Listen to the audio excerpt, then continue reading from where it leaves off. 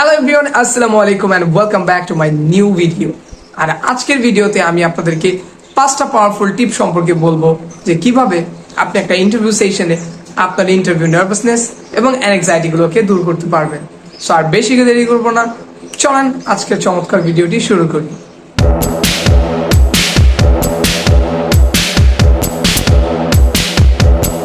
So number 1, nervousness আর actually excitement. আপনাকে সর্বপ্রথম এটা বুঝতে হবে যে আপনি যে কোনো স্টেজে যান না কেন, সেটা ইন্টারভিউ হোক অথবা প্র্যাকটিক্যালি কোনো কিছু হোক, নার্ভাসনেস থাকাটা আসলে ওয়ান কাইন্ড অফ এক্সাইটমেন্ট হিসেবে কাজ করে আপনার লাইফে।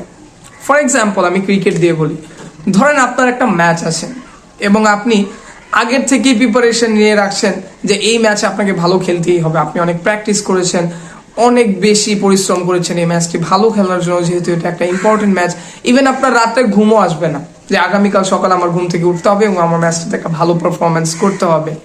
সো বেসিক্যালি এই যে রাত্রে যে ঘুমটা হচ্ছে না, এর অন্যতম কারণ হচ্ছে কারণ আপনি অনেক বেশি এক্সাইটেড আপনার ম্যাচটার জন্য। আপনার মধ্যে যদি কোনো কিছুর প্রতি আগ্রহ না থাকে, কোনো কিছুর প্রতি যদি একটা এক্সাইটমেন্ট না থাকে, তাহলে আপনি আসলে ফিল করতে পারবেন না যে আপনি কেন নার্ভাস হচ্ছেন এই ব্যাপারটা নিয়ে। সো আপনাকে সর্বপ্রথম এই জিনিসটাকে আপনার মাথায় নিতে হবে যে নার্ভাসনেস হচ্ছে আসলে একটা এক্সাইটমেন্ট, যেটাকে আপনার অন্যরকম ভাবে একটা উৎফুল্লিত করতে হবে অ্যাকচুয়ালি। নাম্বার 2, কি হতে পারে যদি চাকরিটা না হয়। অ্যাকচুয়ালি আমরা এই বিষয়ে কিন্তু সবচেয়ে বেশি একটা ইন্টারভিউ স্টেজে নার্ভাস থাকি যে আমি যে ইন্টারভিউটা দিচ্ছি যদি কি হয়, যে মানে চাকরি যদি আমার কনফার্ম না করতে পারি, সেক্ষেত্রে আমার পরবর্তী স্টেপটা কি হবে। সো আমি সাজেশন করব পরবর্তী স্টেজ কিছুই হবে না, আমি বরঞ্চ বলবো যে নতুন একটা সুযোগ তৈরি হবে আপনার জন্য। কারণ আপনি যে অভিজ্ঞতা নিচ্ছেন একটা ইন্টারভিউ স্টেজে, যে কি কারণে আপনি ইন্টারভিউতে কোয়ালিফাই করতে পারলেন না, আপনার প্রবলেমগুলো কোথায় ছিল, আপনি মূলত এখান থেকে গেইন করতে পারবেন। নতুন কিছু শিখলেন, নতুন কিছু জানলেন, সো নতুন সুযোগও আপনার লাইফে তৈরি হয়ে যাবে।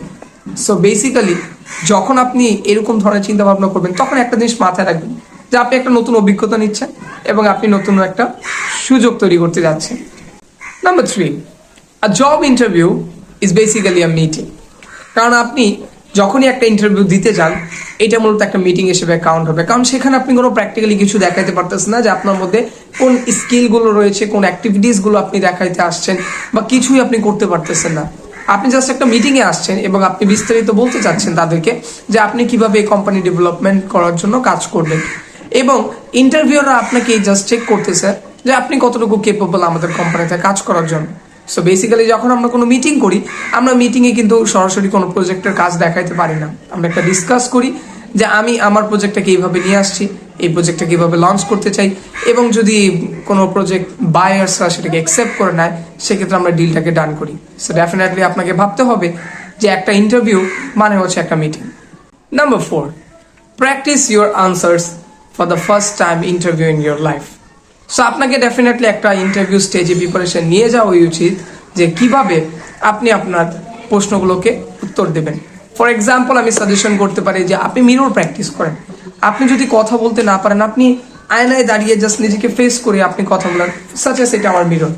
সো আমি যখন ইন্টারভিউ স্টেজে যাই, hi my name is Wahid Anik, আমার বয়স এত, আমার বাসা এখানে, আমি আমার বাবা মা এইটা করে, আর হচ্ছে আমি এই বিলংস থেকে এসেছি, আমার স্কিল, আমার কোর অ্যাক্টিভিটিস হচ্ছে এইটা।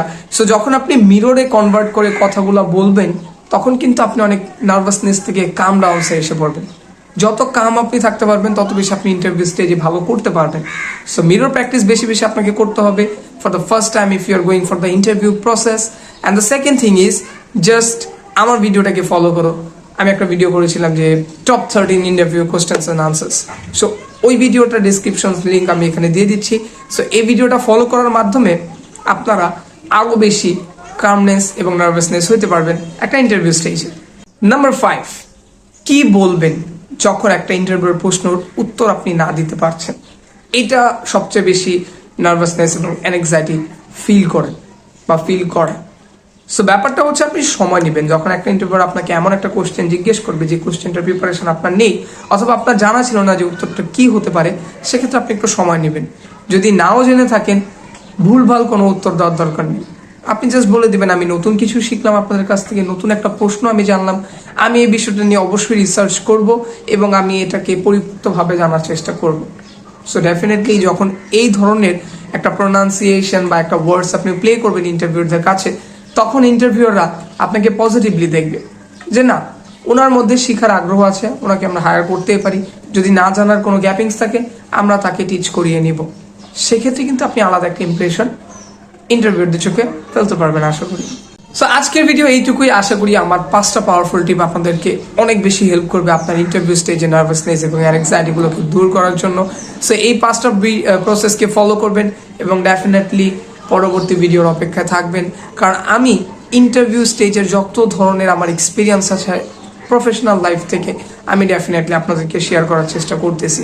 সো ডেফিনেটলি আমার চ্যানেলটাকে সাবস্ক্রাইব করবেন, লাইক করবেন, ভিডিওটা যত বেশি পারেন শেয়ার করবেন, যাতে পরবর্তী ভাই বা বোনের জন্য হেল্প হয় যে কিভাবে তারা ইন্টারভিউ প্রসেসগুলোকে ওভারকাম করবে এবং লাইফে ভালো একটা প্রফেশনাল লাইফ বিল্ড করতে পারবে কর্পোরেট সেকশনে।